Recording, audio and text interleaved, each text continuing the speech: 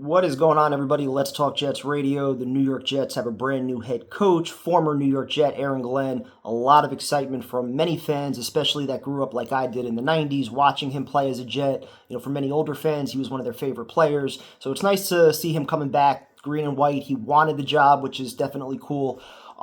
Definitely a lot of positives, but also I think a lot of red flags and a lot of questions to have about this move. Obviously his background, starting as a scout, working his way up to defensive back coach, defensive coordinator, kind of having success along the way there, watching some teams that struggled when he got there kind of build their way back up, being here for the Parcells turn, which I think is probably the biggest thing in his favor. The fact that he was here with Kotite when the Jets were at rock bottom during the 90s, and then he watched Parcells come in.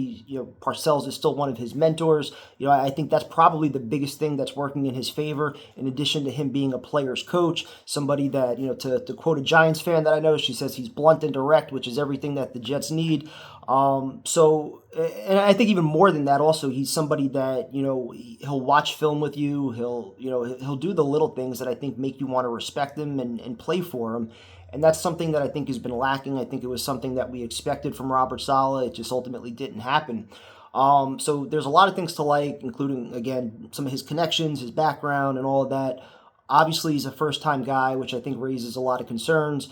I think the process in which the Jets arrived at this hire definitely deserves some questioning, and it's fair to question the names that they brought in and the names that they didn't bring in, or the names that weren't interested, and whether or not this was truly the best hire. You can maybe argue that it was the best of some of the realistic options. I'd prefer Aaron Glenn over Brian Flores, for instance, and many other names that were out there, but coming into the search, I can't lie, I've been saying it for months, I'm not going to be a hypocrite in this regard, that I felt the Jets needed somebody with experience, somebody with credibility, somebody that would put Woody Johnson in his place if he tried to bring up social media or newspaper headlines or anything like that.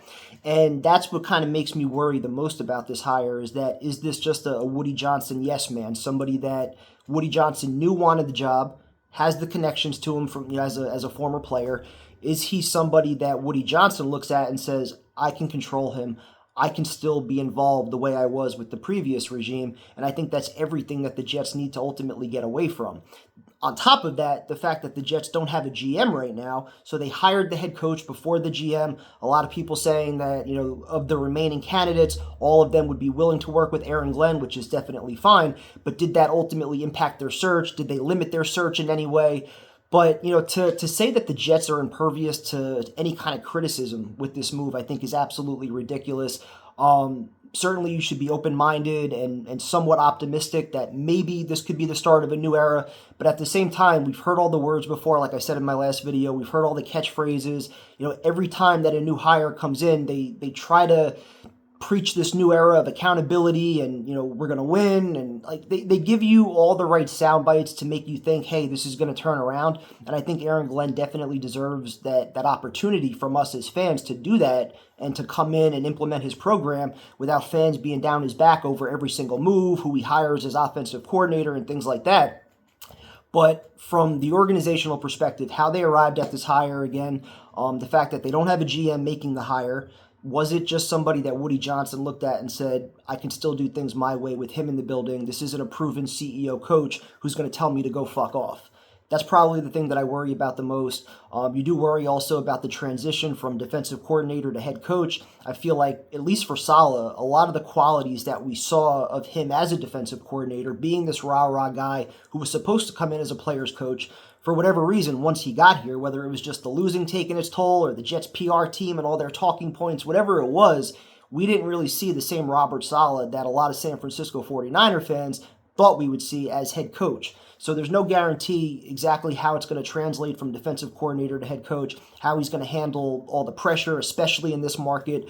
But I do appreciate that he wanted the job. He was willing to take on this task. He probably had other opportunities, including the Saints, where he could have gone. So the fact that he chose us, I think that does mean something. The fact that he did put on the Jets uniform and he saw the transformation from Kotite to Parcells, I think that part is huge as well. But as a fan, you have every single right to have questions, to question how they arrived at this hire, to question the names that they didn't interview, to question the names that didn't want to interview. and ultimately whether or not a first-time guy is capable of fixing this culture, which involves 14 plus years of no playoffs and just a real stink around the organization right now. And we forget just, a month ago where we all were as fans, criticizing ownership, Woody Johnson not meeting the media at the end of the year, all the things that went wrong, all the stories that leaked throughout the year of Woody Johnson and his sons and their involvement. Is Aaron Glenn the kind of guy that's going to put Woody Johnson in his place and be trusted to run football operations his way with his GM? So I think that's where the real questions lie. But you'd be crazy not to at least give him a chance. He's somebody that obviously, again, he's a former Jet.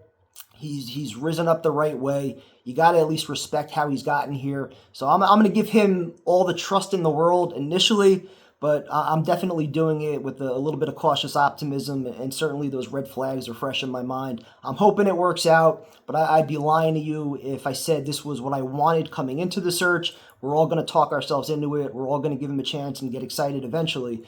But I'm not going to be a hypocrite and say that I wanted a first-time head coach or a first-time defensive coordinator, a guy on the defensive side of the ball.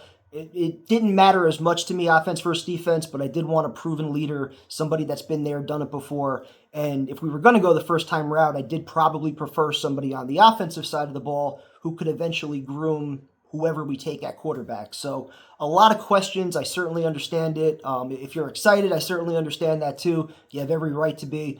But certainly the process just seemed very weird throughout. So we'll see what happens. But Aaron Glenn, wishing you the best of luck. Go Jets.